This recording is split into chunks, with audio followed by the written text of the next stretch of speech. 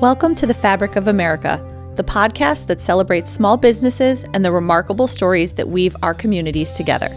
We're your hosts, Melissa Otto and Matt Banover.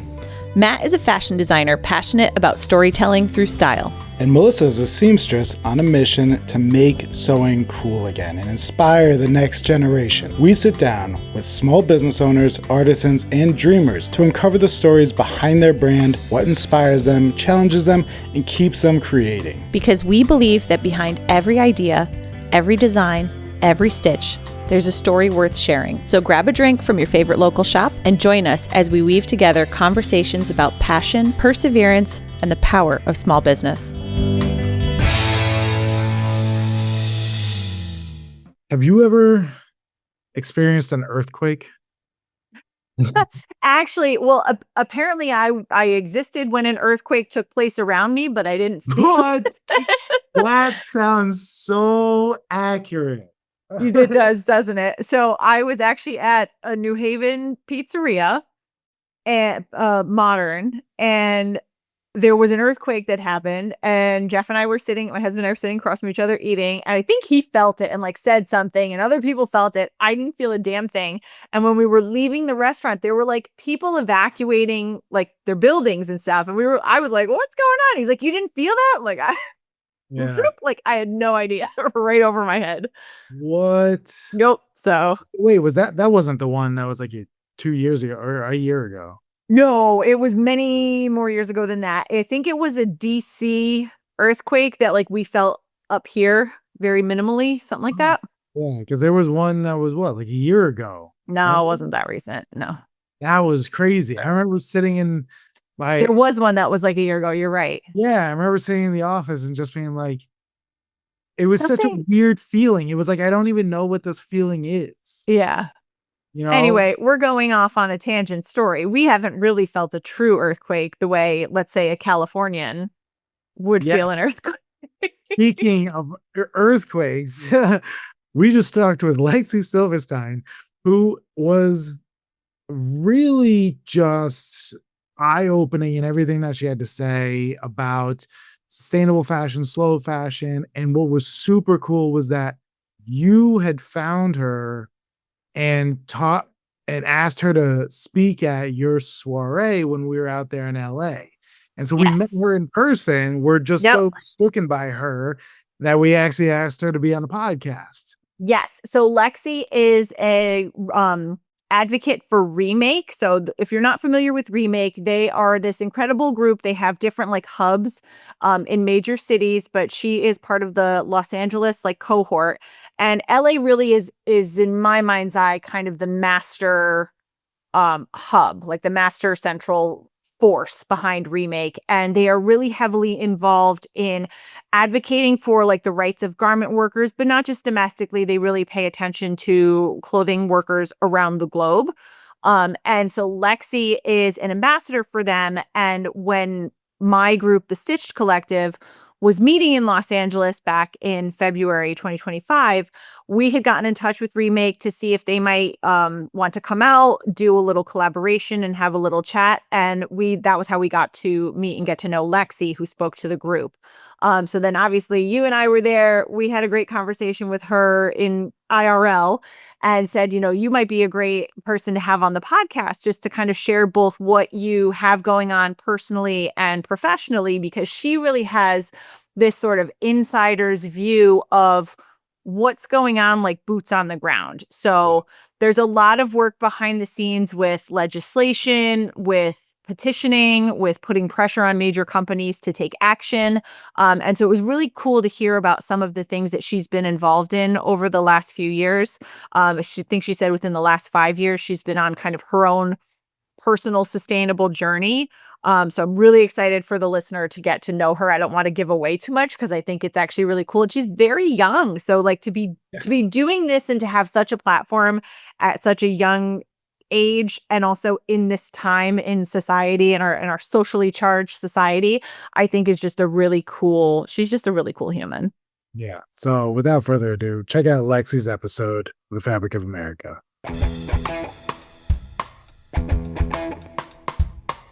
kind of demystify this whole sustainability, like it needs to be the most expensive and the most time consuming thing ever to like be sustainable, and just what it looks like for everybody. Because a big portion of what Melissa and I talk about is that it's not like a spectrum. You're not like the most sustainable thing or the least sustainable person. Like you just do what fits you. Yeah. Buying less clothing is more sustainable than buying the brand that says we check all these boxes, therefore we are the most sustainable. It's still less sustainable to buy that thing than it is just wear what's in your closet. So what we try to do is just talk about like what it really looks like for the average person, for the everyday person, for brands, for manufacturers, what all this really looks like. So we really loved what you said in LA, and we're very happy to meet you out there. And so just really to kind of kick us off, just introduce yourself and your name, your job, and what Remake is. Yeah. You guys aren't in LA, right? Correct. We were both in We're Connecticut. on the East Coast. There was quite literally, as you were speaking, just an earthquake, and I was like, Job. and I got a big alert on my phone. It was like earthquake detected, drop cover and hold, but it was very small, so we're good.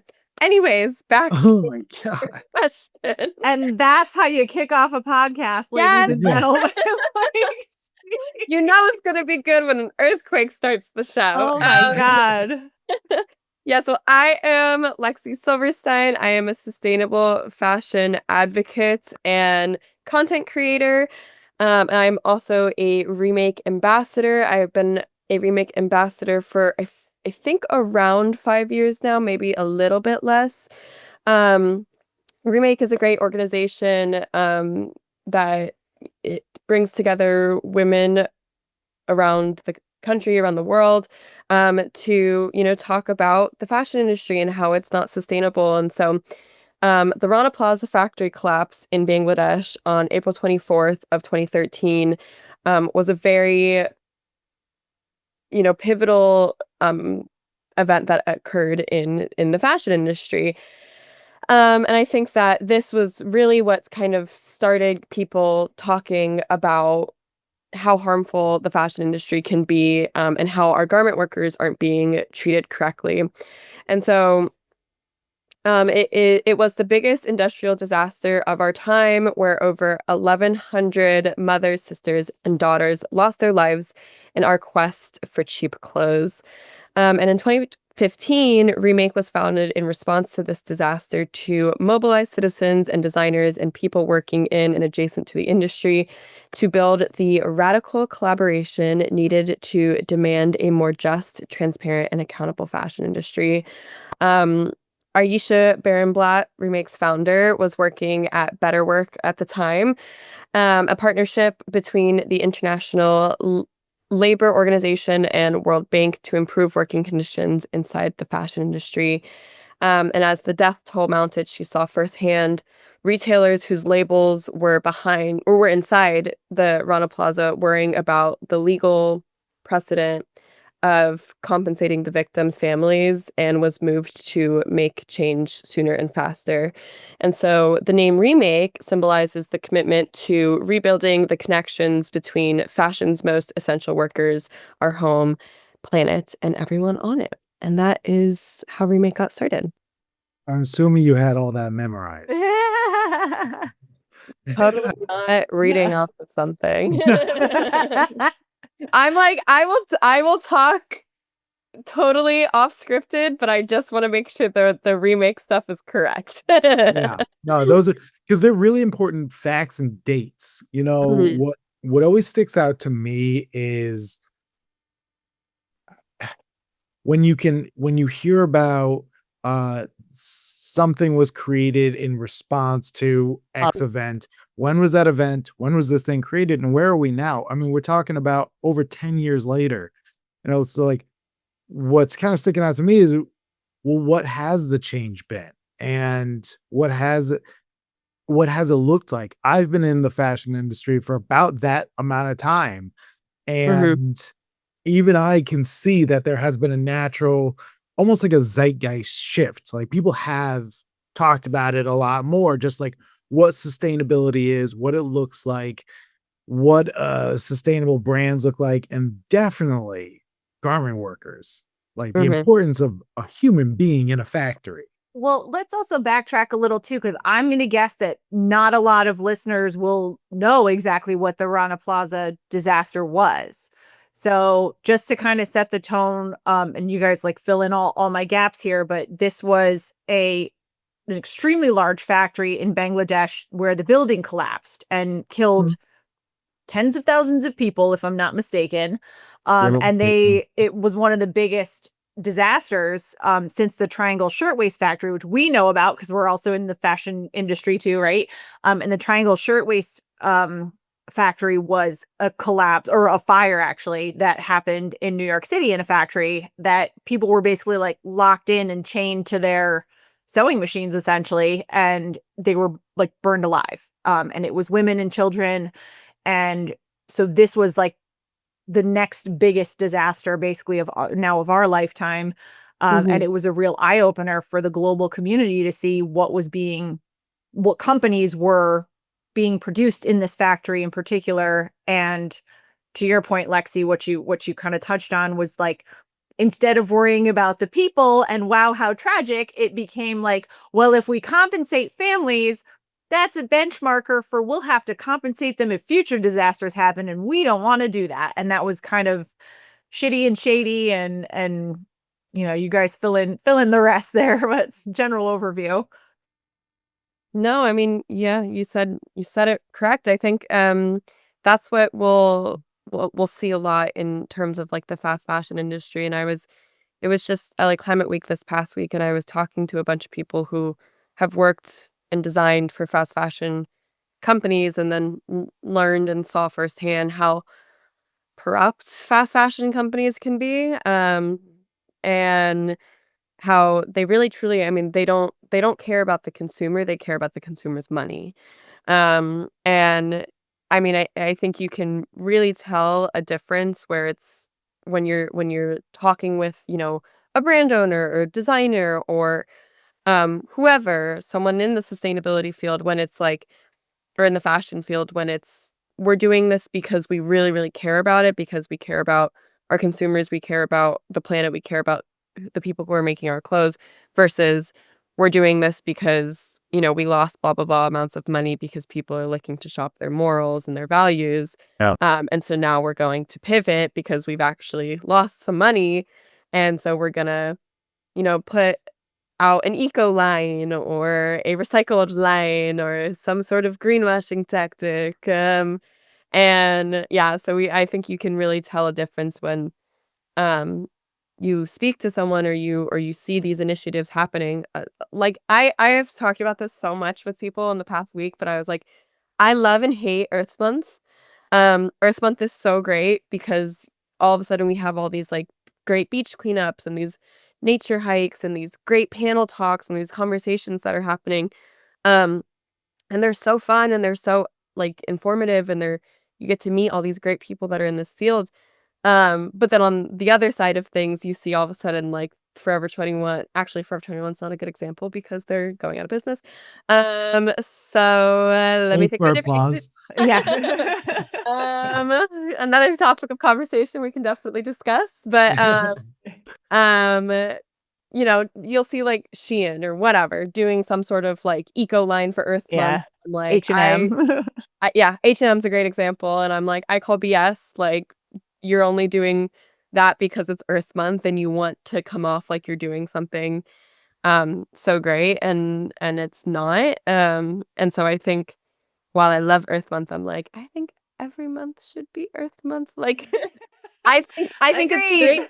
Yeah, I think it's great to have the 1 month and to really like focus on it in the 1 month, of course. And I love seeing people that are like, getting into it too because they see that it's Earth Month and they want to do something. I just think that like just because it's the end of April doesn't mean we should stop doing panel discussions and we should stop doing protests and we should stop doing hikes and beach cleanups. Like let's keep those good vibes going all throughout the year, guys. Yeah, Agree. that's that's such a good point. And It's one that also transcends and permeates other aspects. Like, why is there only 1 month for like Black History Month? It's like, Mhm. why is it just like we're like, okay, for this time period, we're gonna do all the good work and all the good things. Yeah. But and it is interesting because I was giving a talk about marketing your why, kind of similar to the one I gave at the Mhm. soiree in LA. Marketing your why. And one thing I talked about was there are other things that you can talk about in your business that do good and that other people can connect with, even though maybe it's not your sole reason. So I talked about sustainability. I will not happily admit, but I will say that I'm not the most like eco-conscious. Like, it's not why I do things. It's not my leading force. But I am very happy that my business model is an eco-conscious model. Like, Mhm. it's there's no ready to wear. It's one-offs. It's small batch. It's all of that stuff. And some of those things can be like buzzwords. But I tell people, I'm very upfront and very transparent about it. I'm like, I'm not doing it to kind of beat my chest and say, "Look at this sustainable model." I'm doing Yeah. it to say like, "Look, here's just it's just a good way to make clothing." Like, it doesn't need to be all this other kind of virtue signaling. I can just say, I make, it's zero waste because it's made with a cut and design machine. So we get down to the most minimal amount of waste that I actually need. And that's the amount of fabric that I order. Like, that's a good thing, but I'm not out there promoting all during Earth Month or Earth Week or whatever it is. And Yeah. just saying like, look at me, look at all these good things. So I think Yeah. that's, to your point about all these businesses like getting up on their little, boxes and just saying like, look at all this great stuff. It's like the real difference is when you're doing it and don't need the bragging rights. And Yeah. people Totally. people can rally behind it and people do it on their own. There are so many people that just thrift stuff just like that's how they shop. That's Yeah. it's not like a hey, look at me, I got this because it's thrifted. It's just like yeah, just like that's just how I Just get I clothing. like it. how I get Right. I just clothes. like it. No, literally completely. I'm like, I second all of this. I say this all the freaking time. I think there's such a misconception around what being sustainable is. And I'm like, once that education is, talked about more and brought to the forefront of this conversation of like some of the things you might already be doing can be qualified as sustainable. I was having this conversation with someone and they were like, "What do you see as sustainable?" And I was like, huh, the, if you want a short answer, don't ask me. Like, we're gonna be here for an hour talking about this. But I was like, I always see like sustainability as like such an umbrella term because I feel like when you define it in so many other industries, it like makes sense. Like, is this sustainable? And then it's like, yeah, no. But in the fashion industry and some of these other industries, it's like it makes no sense. It's like, what the heck is sustainable? And so I think it's like there are things that you might already be doing or that we have done for decades on decades on decades. And like those are considered more sustainable things. It's just we're not necessarily like seeing them as sustainable because we just have always practiced it. Yep. And it's like, keeping like your mason jars that you get pickles in or like sewing up a hole that you might have in something or turning old socks into rags, and it's like these are things that my family always did, and like my grandma taught me how to sew and that was just normal, and like her grandma taught her how to sew and so on and so on, and it was like this is just what was practiced.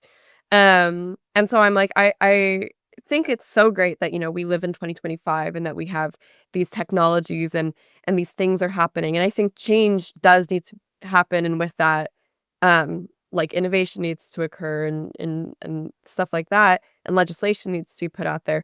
But I also think a lot of what being sustainable is just going back to what we used to do, and what cultures have been practicing for centuries. And so yeah, it's like I can just do this and like not, and it's just sustainable, and I don't, it's just what I do. It's not, I haven't even thought of it in a way of, oh, this is sustainable or this is slow fashion. I was talking to my Right. cousins about this like on Saturday, and I was like, they were like, oh, so what's slow fashion versus fast fashion? And I was like, well, slow fashion was kind of, branded as a result of fast fashion, but slow fashion's just what we used to practice. It used to be you would save up a bunch of money for this one piece that you really, really, really wanted, and then you bought that piece, and then you would wear it a trillion times because you were so excited to buy it because you loved it so much. So Yeah. that's like slow fashion, but that's also just like what things used to be. Um, and so I Yeah. think, yeah, it's like, and then I also always say, I'm like, if you really, really are doing something because you really care about it, obviously there's a difference between like educating people on it and talking about it to get other people involved. But if you're doing it because like you really care, you don't need to go around bragging to everyone being like I only mention usually, I mean, I obviously will like post like my sustainable fit checks and like my thrifts. I'm going to a thrift store, and here's a thrift store in Los Angeles that's really fun if anyone wants to check it out. But I don't so much anymore do like the thrift hauls, because I'm Yeah. like, that I feel like is it's basically just like a quote unquote sustainable version of a Shein haul, where it's like, do I really need this many clothing even if I'm Right. getting it from a thrift store? Um, it's more just like when someone asks me like, where'd you get this? I'll be like, oh, it's thrifted or it's vintage and I got it at this store and you should check it out. But it's less so the like, look at this huge bundle Oh, of clothing that I got that I'm going to also just wear once or a few times, even though it's thrifted, Yeah. so it's Yeah. more Yeah. And sustainable. that's also that's part of what you do in your job as well, right? Is like being able to, so you're not doing it like just signaling like, hey guys, look at me, I'm so cool. It's to the greater point that you actually are a thought leader. You're in, we'll get to the Vogue piece of it and things like that too, but you have a platform and you have an audience. And I think you take that audience seriously enough to share with them these good things that you do, and they'll want to copy and follow suit. And that's a great thing. And one of the things that Matt and I talk about that you were kind of hitting on here is this idea of like good, better, best, right? Like the best thing we could all do is not shop anymore, period, right? Like we have enough clothing in the world for the next, what, 6 generations, something like that. Like it's absurd. But when people are going to go buy clothing, if they have that itch or they need some piece or whatever, it's better to shop second. So good, better, best. Like best thing to do is not do it at all. Hmm. Better thing to do is to shop secondhand. Good enough would be something else. I don't know. If they're going to shop some other shitty store, I Yeah. guess that's the worst. Well, I But think, that one would be like if there's an occurrence in which you're buying from a fast fashion brand, making sure that you're doing it like knowing you're gonna take good care of this item, knowing you're gonna wear it Sure. in times, knowing you're not gonna throw it into the wash over and over and over again, because most likely it'll deteriorate because it's been made by a fashion brand.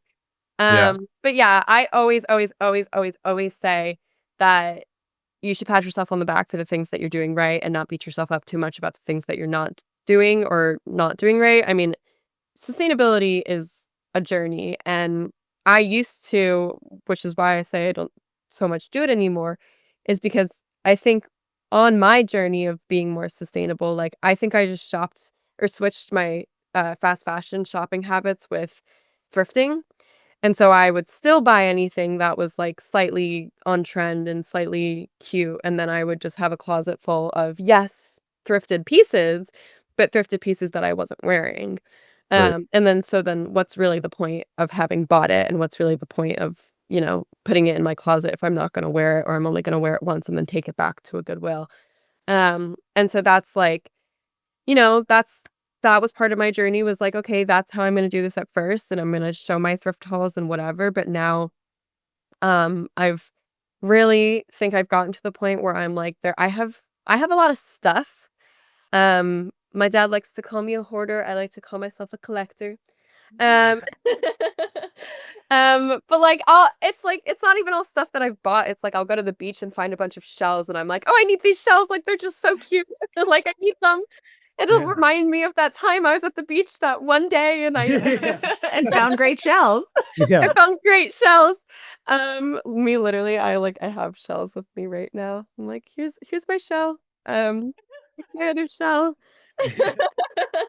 But yeah, I'm like, I've gotten to the point where I have a lot of stuff that I'm like, I really truly like don't need to go to a thrift store to buy stuff. Yeah. Sometimes I like to go to a thrift store just because it's my happy place, and I'm like, I'll have a conversation with like the owner and be like, "Oh, like why'd you start? Where are you from? Like how long have you had this store?" Right. Um, but I just like to go, but like I really am more mindful about what I am shopping at, even if it is at a thrift store, which is inevitably, yes, more sustainable, but I think that's me doing on like the the better half of things where it's like Yeah. I'm being mindful of I don't really need that like eighth pair of jeans. Right. And so You still had an entry, right, into yeah. like along, I know Matt, you kind of said in the beginning it's not a spectrum. I think maybe it's the reverse where it is that spectrum. Like you're there is the good, better, best. There's our gateway. Everyone's got like that little entry point into like the thing that they care about. We've talked about it with our audiovisual guy. Like his thing is composting, right? So like he gets really hard into that. It's something like I haven't bridged that gap on quite yet, but is that maybe like a next level thing now that we're talking about it more, or I want to explore, and just like you just start somewhere on that journey in your lifestyle, I think. And then that's when things become a little like, you conquer one hill and then you go on to the next and on to the next on the way towards something better. Yeah. That is quite literally always my like advice to people. I'm like, what is it that you're interested in? Okay, great. Look up ways that you can make that more sustainable. And so like for me, it was the fashion industry. For other people, it might be other things. Yeah. Well, that I wanted to kind of get into more, which is I think is so interesting. Maybe you could do a sustainable haul, but like you empty out a bag and like one thing falls out. I I love like that. it. If you Yeah, see that on my Instagram, I'll You tag should do it and make it something that was already in your closet. Like put it Yeah. from the hanger into the bag and then dump it out. And then it's your Yeah, one Yeah. my awesome haul. thing. Oh, I didn't Yeah. buy anything. I love Yeah. it. Yeah, I think that's a great idea. I think Smart. that'd be fun. But I do want to like dive into more of like your personal history. Like what you mentioned that your parents like had it kind of in your brain to like mend something or fix something or hand-me-downs, collecting Mhm. stuff. But for you, like when was there a moment where you started to shift in your buying, started to like care more about sustainability? Was there one moment? Was there one month? Was there a year? Was it kind of like a long shift? What did all that look like? Yeah, so for me, it was pretty instantaneous once I learned about it, Yeah. which took a took a good second. Um, so I always loved fashion. Always, my dad says that he's in the schmata business. My grandparents had a store that they sold clothes in, and my dad and uncle and aunt like worked in that store, and so my both of my grandmothers, I always say, like, played a part in my love of fashion. My mom's mom taught me how to sew. My dad's mom taught me how to shop. And, we would, like, go hang out at the mall all the time, but I always there's always, like, so many funny stories of me, like, caring way more about my clothing than anything else. One of my favorite stories with my Nani, my dad's mom, was or my dad my yeah, that's correct. My dad's mom, was she took me my parents were out of town, and she was watching me and my brother, and she was walking me to the bus stop, and she was like, "Lexi, it's a little cold out. You have to put on a jacket." And my thing was that the day before school, would lay out what I was going to wear the following day on the floor and, like, lay it out as if my body was laying on the floor, and, like, you would put the pieces where my body was. So, My like, kids do that. My yeah, kids like, do the that right bracelets would now. be where my wrists are, and the shoes and the socks would be where my Yep. feet are, and, like, um, and I was like, "I have to wear a jacket. Why didn't you tell me that yesterday? I didn't plan this in advance. You need to tell me things like this." And she was like, "Well, I didn't know it was gonna be cold. Can you just wear this jean jacket?" And I was like, "Nani, it doesn't go with my outfit. Like, what do you mean?" Mind you, I'm like 6 at this point. Like, I was with my Oh my dad. God. So she's like, "Lexi, like, the bus is coming. You have to put on a jacket. We're going. And so I put on this jacket and I'm like so pissed. And Yeah. she walks me to the bus stop and I get on the bus and I look at her out the window and I start slowly peeling off the jacket. So I loved fashion. I always loved fashion. It was like not a shock that I Yeah. ended up wanting to go into this industry. To absolutely nobody that has known me my whole life, they were like, "Yeah, I see this for you." Um, and so then when I was 13, I started a fashion blog that I still have, but back then it was very different. And it was like, this is where to buy these jeans for cheap. Ugh. And this is where to this is what these people wore at this award show, and this is blah blah blah and blah blah blah and so on. And and then like in high school, I was finally allowed to have an Instagram. So I started posting and I gained a little bit of a following and I started working with brands and being like, use my code and whatever. And then I ended up deciding that I wanted to graduate high school early, because I was taking my junior year, I was taking like all college classes, and I was like, okay, but I'm learning like college math when I want to study the fashion industry, and I can't imagine I'm going to be using like, I don't know, calculus in this on my day to day, and I can't imagine that I'm gonna have to use stoichiometry and whatever. And so I was like, I need to study what I want to study. I would need to get into the fashion industry. So I graduated high school year early, and I started touring colleges, and that's when I toured the Fashion Institute of Design and Merchandising in downtown Los Angeles, my now alma mater. And they had this room, and it was all about sustainability, and like sustainable textiles. And so I was like, "What the heck is sustainability? I've never Yeah. heard of this. I've never heard of sustainable fashion. I've never heard of the fact that you can make out of like fabrics out of cork and pineapple and so on." And I was really fascinated. So I did a bunch of research and I was like utterly shocked by how harmful the fashion industry was. And I couldn't believe that an industry that I loved and like was a part of was so harmful to animals, to people, to our garment workers, to the planet. And I knew that immediately if I was going to be in the fashion industry, I was going to be a part of the good part and a part of the change. And that also wasn't something that was terribly too shocking once I learned about it. Like I've been a vegetarian since I was like 5. And there's more stories of like I had this tree outside my room that I dubbed my tree. And I it got struck down by lightning and they had to come and remove the stump. And I was so sad. And my parents pulled me out of school to host a funeral for my tree. So I wore black and green because it was the death of a tree, and I was like black for the funeral and green for the tree. And I took Halloween decor and I chained myself to a tree stump. Mind you, the tree stump doesn't have a head. So you can just lift the chain. Really was not a well thought out plan. But I like profusely sobbed over this tree to the point where my parents were like, you're like really sobbing, like we're gonna have to take you away from this tree. I don't think you can watch this." And I was like, "No, I need to be here till the end." Um, Totally like not a dramatic person in the slightest. Very, very chill. So anyways, so like not that shocking that when I learned about the truth behind the fashion industry that I wanted to be a part of, the good and the change. And so I immediately changed everything I was doing. This was around 5 years ago. And I like you can still see it on my social, like all of it's still there. You can see it on my blog. There's like a transition of like buy these cheap jeans from this site to like don't absolutely never buy anything from that site. I'm so sorry that I said that. Yeah. To like use my code to absolutely do not use my code. Please, I beg you. Yeah.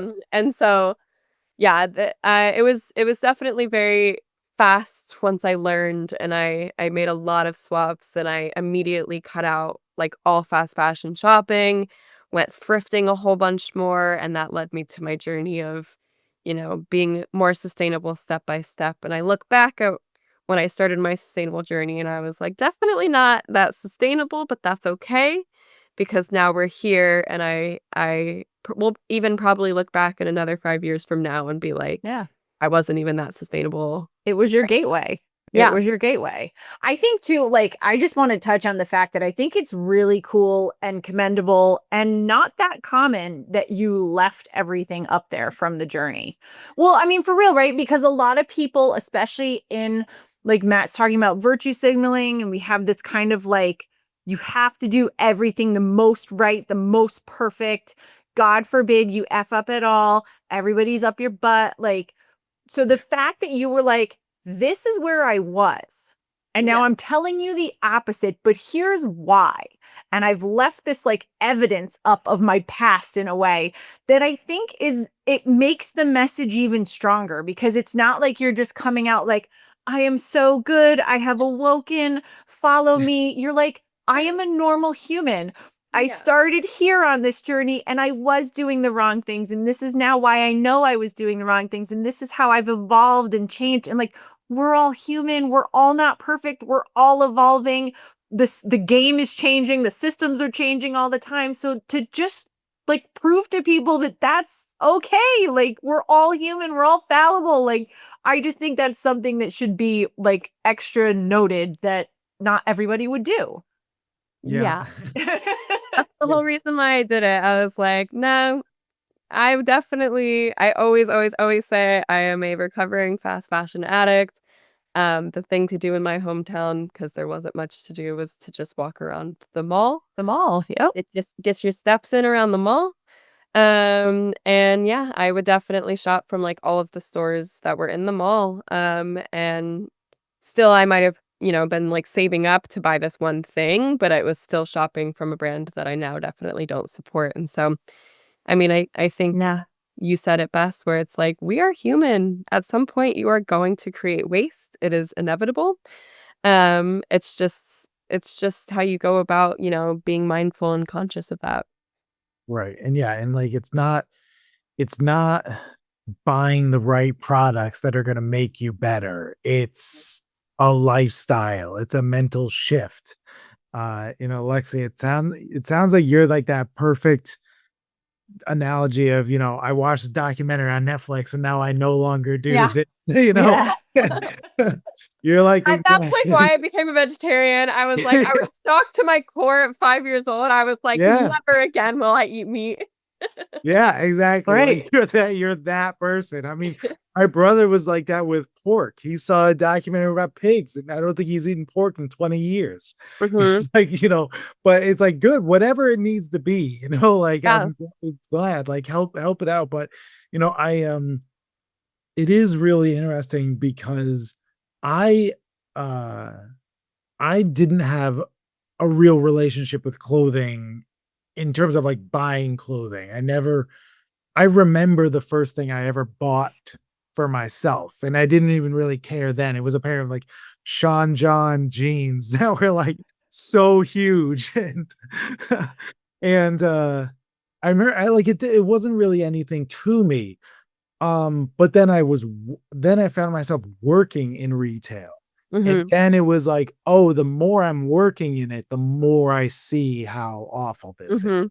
That it was like a completely different path to the same answer. Where Yeah. Yeah. just, oh wow,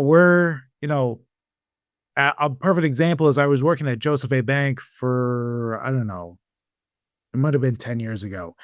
Mhm. And they were notorious for these like buy one, get four free, get five free, these insane sales.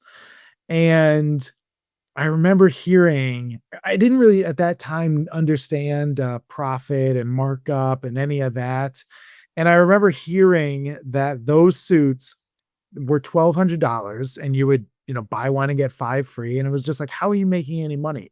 Then I learned that one of those suits cost the company $25 to make. And I was like, Yeah. how? How? Like, I can't even understand like that. How do you make a suit for Mhm. $25? That's insane to me. And then when I moved from there to a boutique store and started to learn really like, okay, this is how much fabric costs. This is how much labor costs. This is how much freight costs, all that. And the breakdown from an economic standpoint and I started to see like, oh, like you have to get it here, so you have to pay the shipping. Right. You need materials, so you have to pay for the fabric. The only area that you can start to skimp on is the labor, and not paying those people and moving it to countries that don't have labor laws. And then you get this rise of synthetic materials. And synthetic materials have been around for decades. It's only in the last, recent years have they dominated the fashion industry, because it was like, oh yeah, we can either have this farm and pay farmers and shear sheep that we also need to pay for, or we can just grow it in a lab and from all this oil and whatever else we got. And that was my kind of like journey into like more of this sustainable way. And it was just like, oh yeah, wow, no. Clothing is an insanely evil empire. Yeah. Yeah. Well, and I think it's so much harder to, like Matt, you were saying in the beginning of the story, like your foray was different than, let's say, mine or Lexi's, where I think that there's a big difference between women in shopping and men in shopping. Mhm. And that contributes wildly to the sustainability conversation, because men aren't traditionally like expected to shop in that sort of way. I think it's almost become this institution for women where it's like, you want to feel good, you buy a new outfit. You want to go here, you buy a new outfit. Don't, no outfit repeating. Don't get caught in the same thing. Like there was this horrible cultural undertone of like women have to maintain this ridiculous level of like fashionable prowess Yeah. to stay like relevant in a way, right? It was always this like keeping up mentality with your friends or your colleagues, coworkers, whatever. And I think that's been a really destructive habit for women in particular, this like sense of validation from a physical product, like an item of clothing, that has certainly existed for men, but I think that the expense and the way that men spend their money is a bit different. And I think that that has been a big thing that we as, women have to unlearn. We as a society have to unlearn for sure. But it's interesting. I think the pivot that is a little bit more dramatic for females. Yeah. Yeah, I mean, I think both are, yeah, such I always love hearing how people got into this field, because I feel like either the stories are like very similar or so different. I'm like, oh, well, you know what? We're all fighting the same fight, and I love to hear everyone's like their why. Um but I think there's a few, points that can be made when it comes to like, yes, the pressure on this has definitely, I feel like the fashion industry in general is tend to be seen a little bit more towards like, this is more of a women's industry. Um and I think that there's like then organizations like Remake that are so great because it brings women together, and you get to meet so many great people that are, really using their voices and fighting for such a great cause. And it really just goes to show how like how great community is, and how much of a true effect you can really truly make by speaking out and speaking about your values. I think also when it comes to that though is like at the end of the day, if you wear clothes, this does affect you. If you are on this planet, this does affect you as well. And I think, unfortunately, a lot of the times when it is seen as more of a women's industry or a woman's problem, um, there's not, people care less about it, just in society. And so I think that it's also important to, yes, there's so many women that are affected by this industry, so many of our garment workers, I would say majority, way more than majority, like just most garment workers are women. Um, but I think with that too is like it's not only a woman's problem to deal with, and if you are wearing clothes and you are on this planet, this is something that does affect you, even if you don't necessarily care about what the latest trends are or who wore this to what. Yeah. Well, I go to a lot of events, networking events, big like events or whatever. And a lot of my friends who go, pretty much every single one of my friends, are female. And they always complain about how expensive it is to go to these events because you got to get a new outfit. And I'm like, Mm. let me stop you there. Why do you have to get a new outfit? And they're like, well, because you like have to. I was like, no, you don't. Like, you actually don't. Like, real, like, and I'm not just trying to be like your buddy hyping you up, wear the same thing. Like, actually, why do you feel the need to get a new outfit? I'm shocked. It's not like you're on Yep. in Hollywood and you're gonna have 10,000 paparazzi. These are our friends. We know all these people. Who cares if you wear the same thing? Like, they Right. get it. And they get all mad at me because I show up in the same thing. I'm like, you could do it too. We had this conversation 3 weeks ago. Like, no one made you buy this outfit. And like, it's like insane how ingrained it is. And I'm Yeah. always trying, and they're like, well, you're a man. I'm like, more eyes are on me because I'm one guy in a room of 100 women, you know? Like, Right. I should be more concerned about my outfit and what I show up in. Like, why are you so focused on this? And it literally is like asking them to, like, I can't even think of something, but it's like something they can't even comprehend. Yeah. You know, Yeah. like, It's conditioning, right? Like, and that's systemic from the corporations, right? Who are constantly feeding you like celebrity driven ads or, the girls with the hauls and all the things. It makes you feel that undertone of like, I have to keep up. I have to have more. I have to almost like compete in a way. Like, I have to show that I've got the newest and the latest.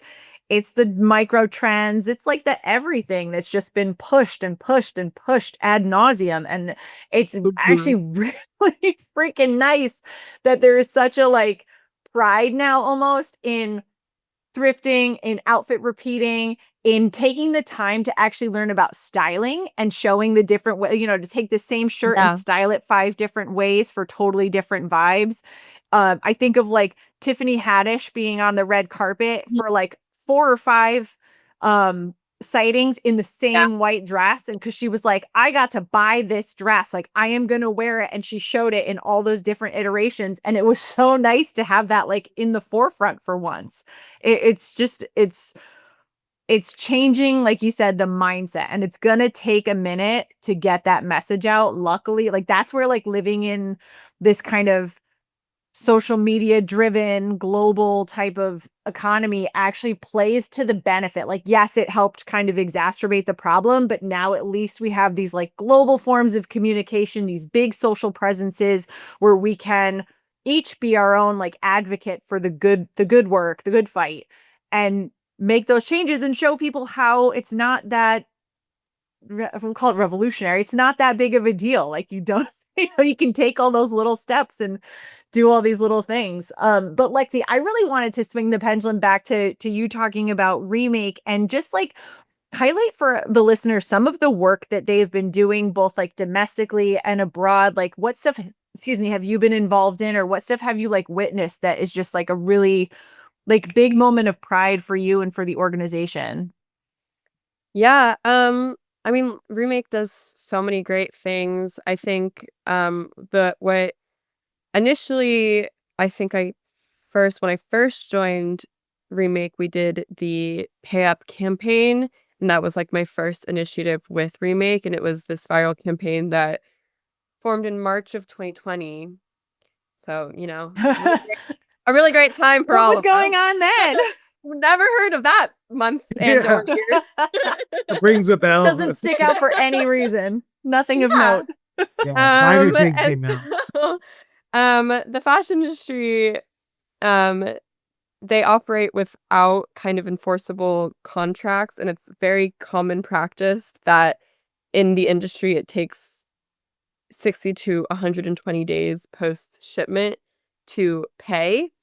And so when Wow. retail stores were, shut down and fashion sales were kind of in a free for all, um, in March of 2020, dozens of global brands refused to pay an estimated $40 billion worth of finished goods that Wow. garment workers had spent countless hours sewing. And many millions of garment workers were actually laid off globally without pay as a direct result of a lot of cancellations.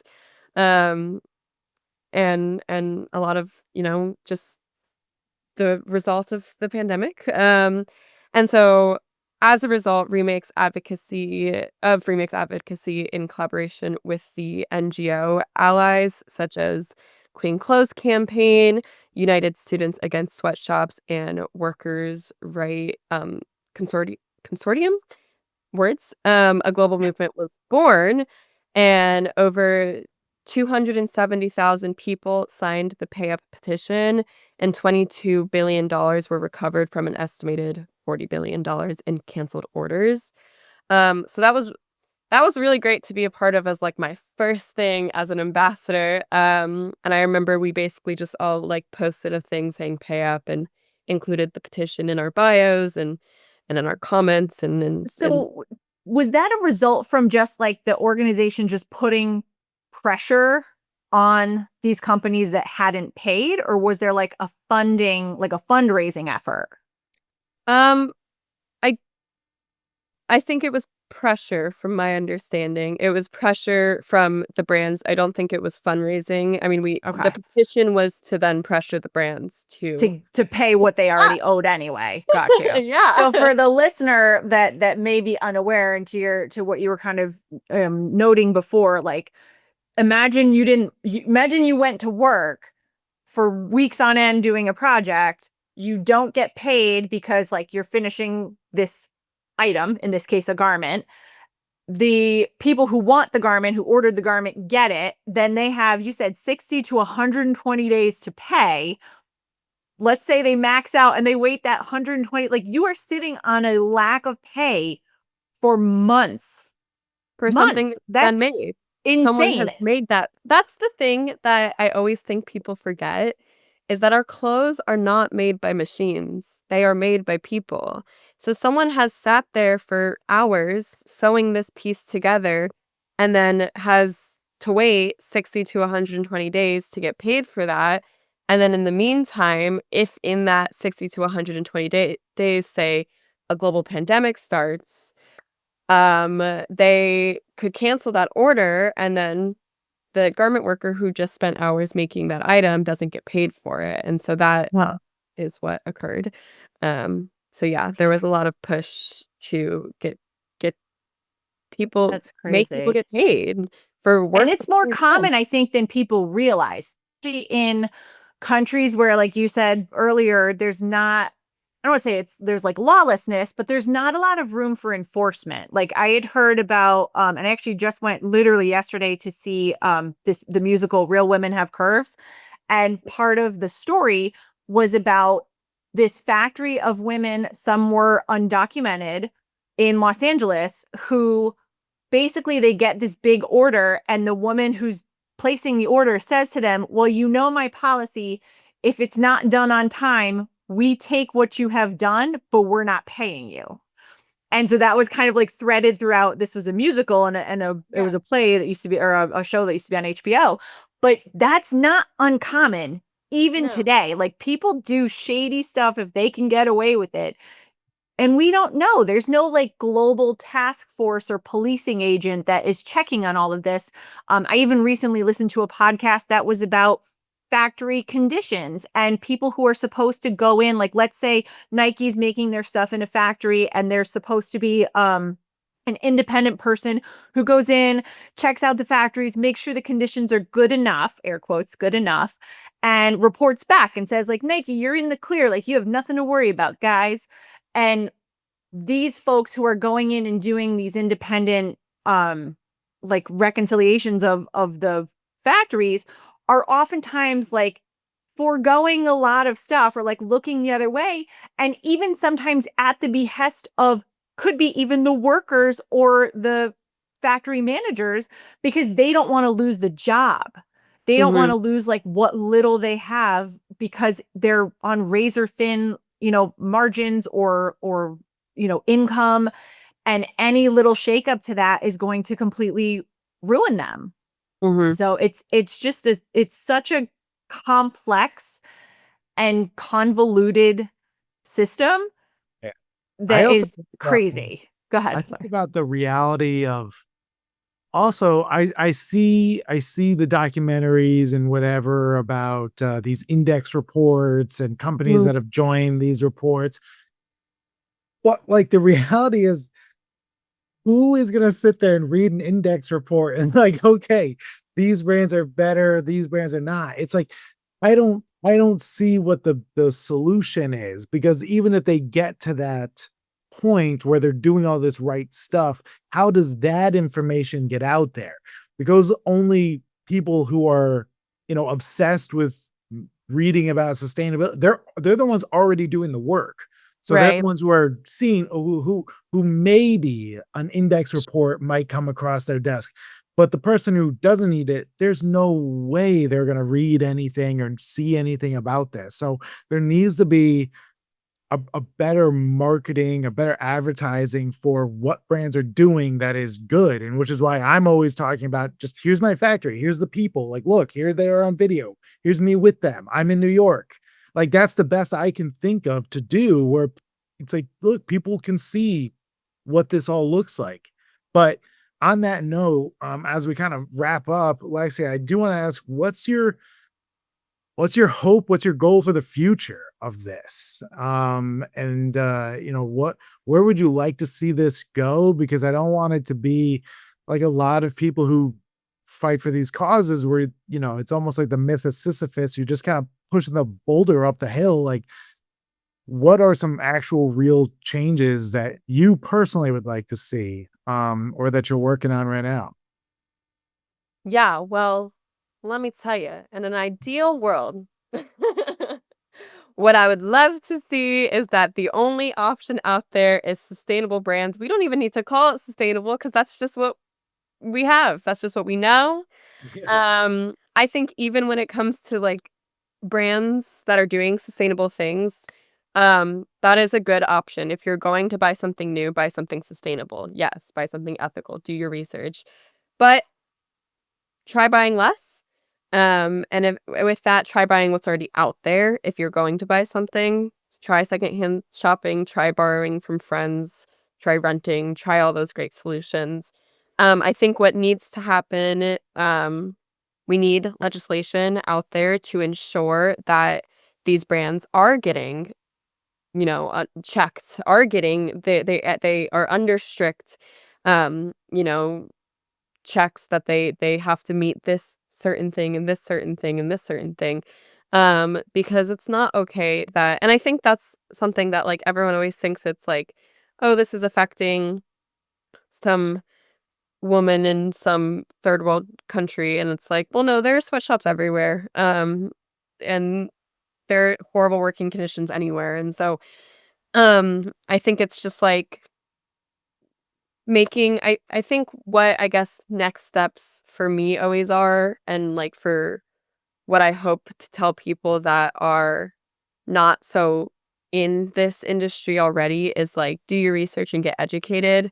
Like you said, you don't have to necessarily read a full report, a full index as, 100 pages long to find out some of this information. The good thing is that this is being talked about a lot more. And so there are a lot more resources that are out there. There are websites like Good on You where you can look up certain brands and see kind of their like sustainability rating. Oh, Um, good on you. Shout out to good on you. Good on you. They don't have all brands, but they do have a good amount of brands, and it'll be like, I think it's like a smiley face spectrum of like, this is a really good brand to like, no, they're doing a horrible job. Um, and it'll tell you different things like in terms of their like labor, and ethics, and then in terms of their like material, and in terms of like animal usage and stuff like that. And so also just like do research on the brands. Start small. Start where you can. Do research on the brands that you shop from consistently. Um, and I'm sure a lot of people will be shocked about some of the brands that they shop from consistently, and then look up way like where to shop instead of those brands. Yeah. Start like we've talked about, start where you're at. If I'm really interested in the fashion industry, that's where I started in terms of sustainability. I feel like I know a lot about this, even though I am learning stuff new every single day. But I have now since pivoted to like learning more about composting and getting a composter and doing what I can in terms of that and learning more about that. And then once I feel like I've experted it a little bit, I will move on to my next topic um and then hopefully be completely amazingly so beautifully sustainable. But obviously, even then, I will still create waste at some point because that is what being human is. But yeah, so I think just legislation and education. I think there are so many narratives out there about what is good and what's not good. But the good thing is that we are in 2025 and we have more resources out there. And that's kind of what I like to do in terms of posting my fit checks where I'm like, oh, I got this from this brand. Did you know that they're sustainable? Yeah. And then it'll help people to get that kind of like word of mouth marketing where it's I can inform them of these things. There's also like certifications that you can look out for. I know there's like fair trade, Ocotex, some of these certifications, they'll be on your tags. I'm sure I actually challenge everyone to go and look at their towels and their bed sheets and stuff because some of them might already be Ocotex certified. I worked with Ocotex a few years ago and I was like, where the heck do I find an Ocotex certified thing?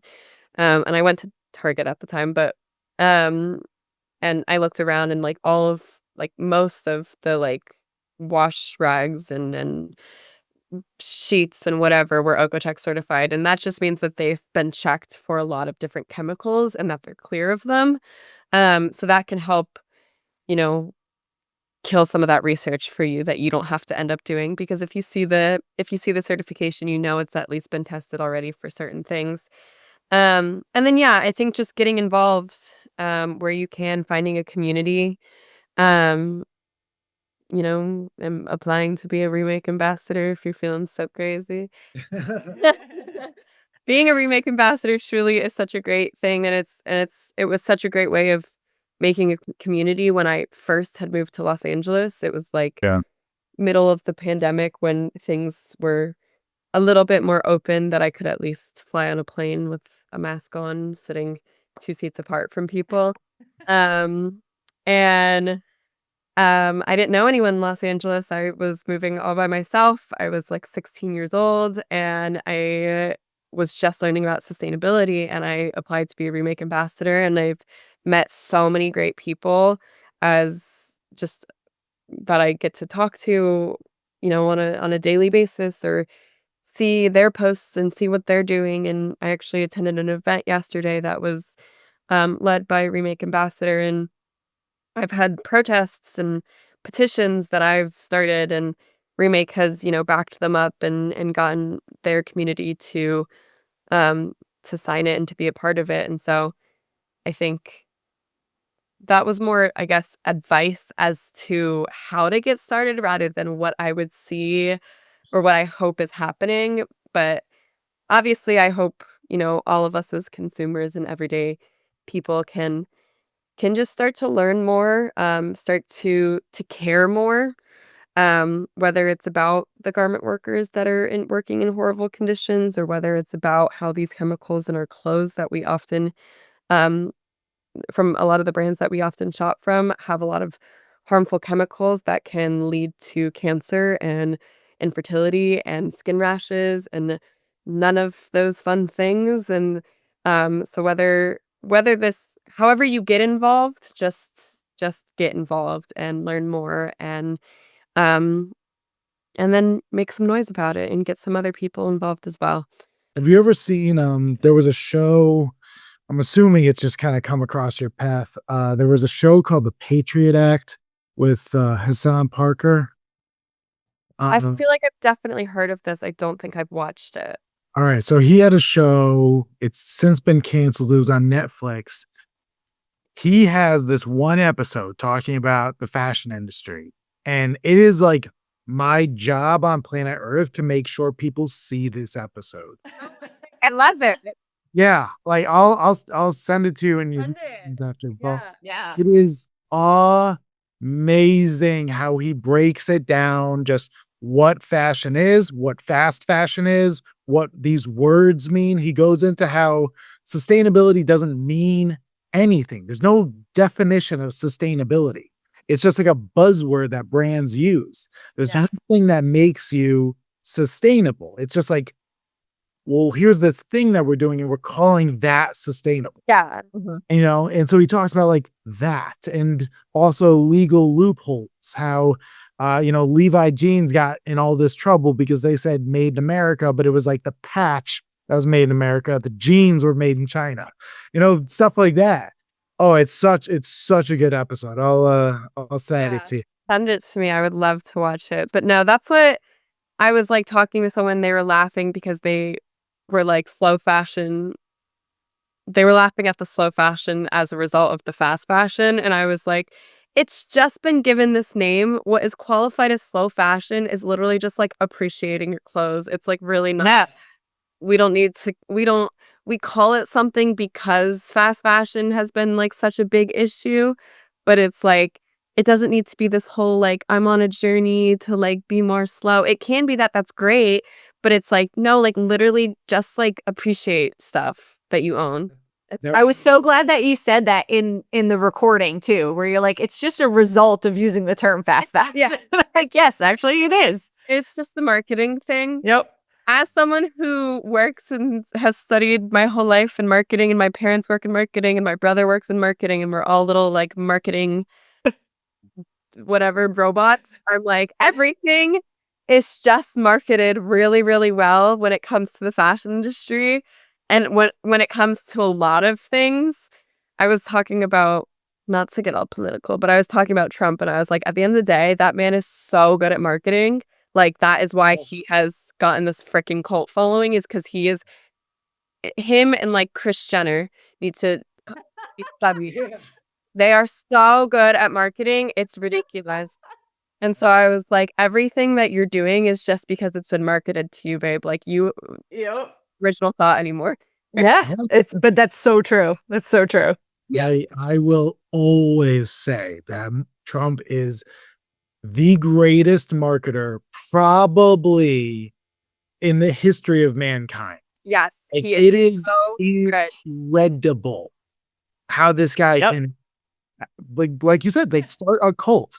Like that is wild that he could do that. But what you said before about the reaction, it reminds me of Neil deGrasse Tyson had this great quote where he was like, the term atheist is so odd, like a term for people who don't believe. Yeah. He's like, it's like if you had all the people who don't like lobster and called them, You call them the anti-lobsters. Yeah.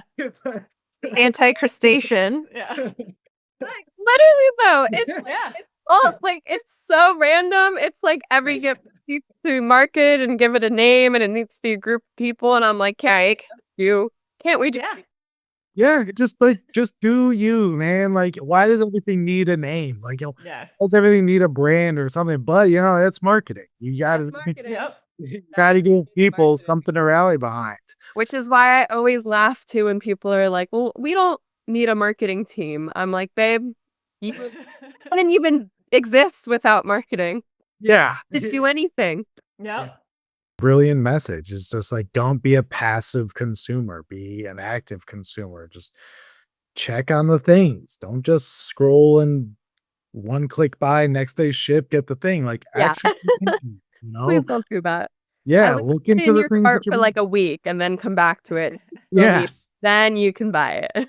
Honestly, yeah, it is a big thing. One thing you brought up earlier, and I thought was interesting. You said you're a recovering shopaholic, and we've talked about this virtue signaling, and so I'm a recovering alcoholic, and one of the reasons that AA is Alcoholics Anonymous is, yes, in the 1930s it was to kind of shield your identity so people in your neighborhood didn't know, but secondly, it was to prevent you from saying, well, I'm an Alcoholics Anonymous. It was like to remove the ability to virtue signal. It was to make it just for you. Like, why do you do this? Why'd you get help? And I think that's something that's can be so transferable to everything else that we're talking about. Just do what you need to do that's good for the planet, good for people, good for your neighborhood, good for your community, just out of being a person. You don't need all this kind of these accolades and the likes and the whatever. Like, you can just look for doing good, and it might be inconvenient, it might take time, it might do this, it might whatever it is, but just like slow it down and look for how to do that. I think that's a really strong message that you're doing with everything, and leaving all those old posts up on your Instagram and being an ambassador for Remake and all. I think that's really, really powerful. And I commend you for doing so much of that with just your time on this planet. Like, this is how you're choosing to live your life, by advocating for doing good for people. Like, that's a big deal. Like, you should feel very proud of yourself for that. So, and we thank you, and we're really appreciative of you taking the time to sit down with us. Melissa, any last minute thoughts? No, I want to say thank you again as well. Where can people find you? Yeah. My social for the most part is just my name, Lexy Silverstein. That's Lexy, silver like the color, Stein. Very confusing because my first name is spelled with a Y, and no one usually spells it with that. And my last name is the I after the E, and that always confuses people too. So my parents just liked to make my name super annoying. Unique, yeah. Which is funnier because my real name's Alexis, and that's spelled with an I, and so it makes zero sense. But yeah, that's my social. You can find me on like YouTube, TikTok, Instagram, wherever else. I don't really use Twitter or X, whatever. That's the right move. But and then my blog, which also links to like everything I'm doing in my Instagram and whatever, is Elexify. It's ELEXYFY, or you can also just look up LexySilverstein.com. They will both come up. And that will link to my personal sustainable fashion podcasts, Elexify, the place for fashion. The Alexify was also a thing that started when I was 13, so that should be changed. It just stuck around. You kept the good parts. Yeah, it's a name for sure. I love that. Is me, and thank you guys so much for also everything you guys are doing, and for meeting with me and letting me talk about sustainable fashion, and it's been so great. Thank you. We appreciate you. Appreciate you guys. Thank you very much. And thank you for taking the time again. All of us thanking each other. We're out there. We're doing what we can on the front lines. But also importantly, thank you to the listener for tuning in to another episode of The Fabric of America.